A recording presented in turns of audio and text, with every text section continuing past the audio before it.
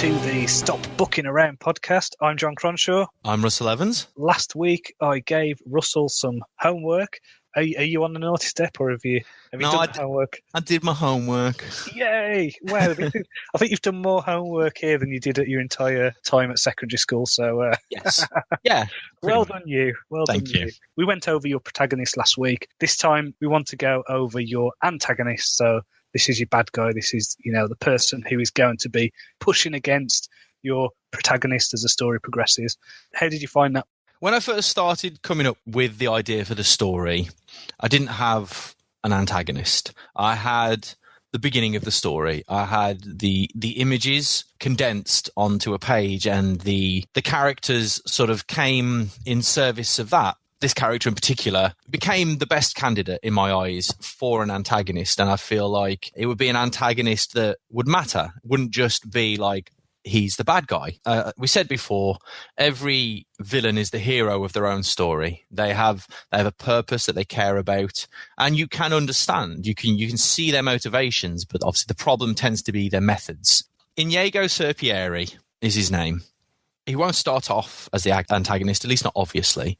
He will be a mentor at first. This is interesting. I'm just having a look at the sheet you did on Google Docs that you shared, and I like this. You've got demeanour, calm, light-hearted, kind, stern, powerful, nature, suicidal, amoral, manipulative, angry, age 425. So this is a character I'm interested in already now. So Inigo's experience was insanely traumatic, to the point at which left him broken and very much far away from who he was. This world has a means of dealing with that, and he was essentially rehabilitated and brought back to his real self, his original self. And for the longest time, that's who he was. He was this calm, light-hearted, kind, stern, and this is the person that you would want to teach you.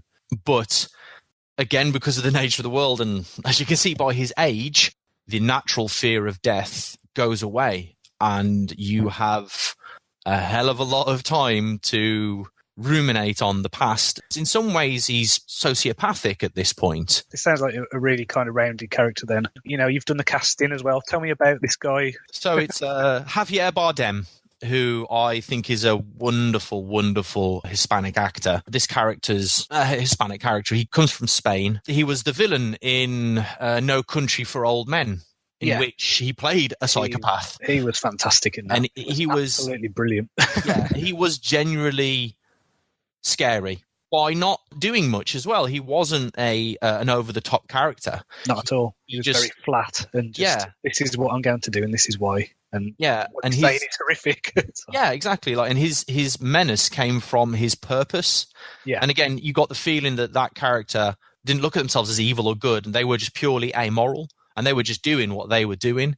And that's where the fear of it comes from, because then you don't quite know what they're going to do. Really what I want for him is that he is this character where it doesn't take much for him to be seen in a menacing light, but I want the readers to enjoy him as a character so much so that they don't really pay attention to that. You're going to be doing something quite sophisticated with this in a way. One of the main things that I'm thinking is if you're telling the story all the way through from Dora's perspective, and the reader's kind of along with her, seeing the world through her eyes almost, they're going to experience this guy, this mentor, this then antagonist, through her eyes. Like, you're going to be kind of sucked along with the charm as well, and you're going to like him. And I suppose when the kind of turn or the gradual development thing does come, it's that thing, isn't it?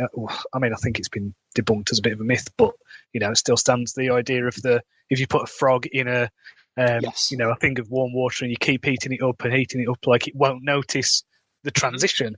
Like, I think that's quite an interesting thing to play with, especially with an antagonist character, where you turn around and suddenly you're like, when did you become like this? When did this happen? And I'm hoping there should be a point within the story where that realization is going to dawn on Dora, and something is going to flip where she realizes, actually, this isn't right. I'm the only one who can do something. Or yeah, I think it is. It's because you buy into them, and you buy into them because the main character buys into them. And if I can write that well enough, that will be one of the main crux of the story, is the sort of the relationship how it changes between the protagonist and the antagonist. And I find myself inspired by a lot of Japanese fiction. The Japanese have a very interesting history of writing stories about the struggle between the mentor and the student. I've seen so many great works where the mentor turns out to be the bad guy, and because of the way it's written and the way it's done, you don't see it coming. And I know I'm giving it away now, so anybody that listens to this... It doesn't matter. In a way, this isn't about your story. This is about you getting your book written. So the people who are hopefully listening to this will be along with you. They'll be cheering you on. I'm cheering you on. I want you to do this, and we want you to finish the book. I think you've got a solid main character. I think you've got a solid antagonist. I'm actually going to give you some homework now for next week. You're going to do some writing. We've spoken about what do you need to do with writing. What's the key? It's getting to the end, right? Yeah. Okay, so I want you to basically finish a piece. Now, this can be a short story. It's essentially a scene that you're doing, right? You've got your antagonist. You've got your protagonist. Yep. So you've got Inigo and you've got Dora. They're trapped in a lift together. They can't get out. Right, that scene.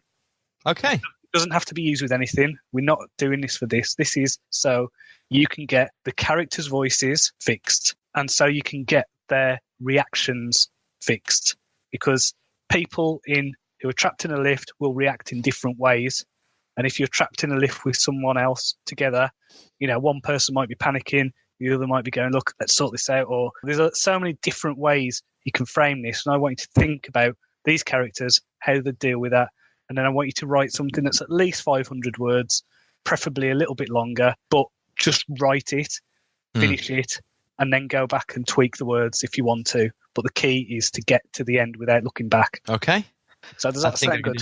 Yeah, I think it's going to be a weird experience because, as we've mentioned before, I really do have this habit of editing as I go, because I don't want to look at what I've written and cringe, but I think that the cringe is an important part of the process. The cringe is the bit that you do when you're finished. Yeah, that's what I mean. Instead of it being like this, I don't want to look back on what I've written and cringe, which is sort of an ego thing, really.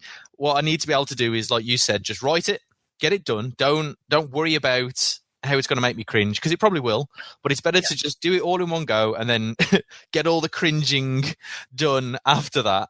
Yeah, because then you can improve it. And you know what? When you don't need to show this to anyone, this isn't going to be in your book, but this is a necessary exercise, because number one, you need to learn what your characters sound like. You need to learn how your characters react. When you're writing them, you might find something about the character that you didn't know about, that was buried within your subconscious. They'll come out when you do exercises like this. And most importantly, you need to finish something, right? So you need to finish this. You need to get this first draft of this written by next week. So that's your homework, Russ. Okay. Is that right? That's fine. Excellent. Remember, if you are enjoying this show, please do share it with one of your friends, an author friend, or someone who's an aspiring writer who maybe needs a bit of a kick up the backside to get their book done.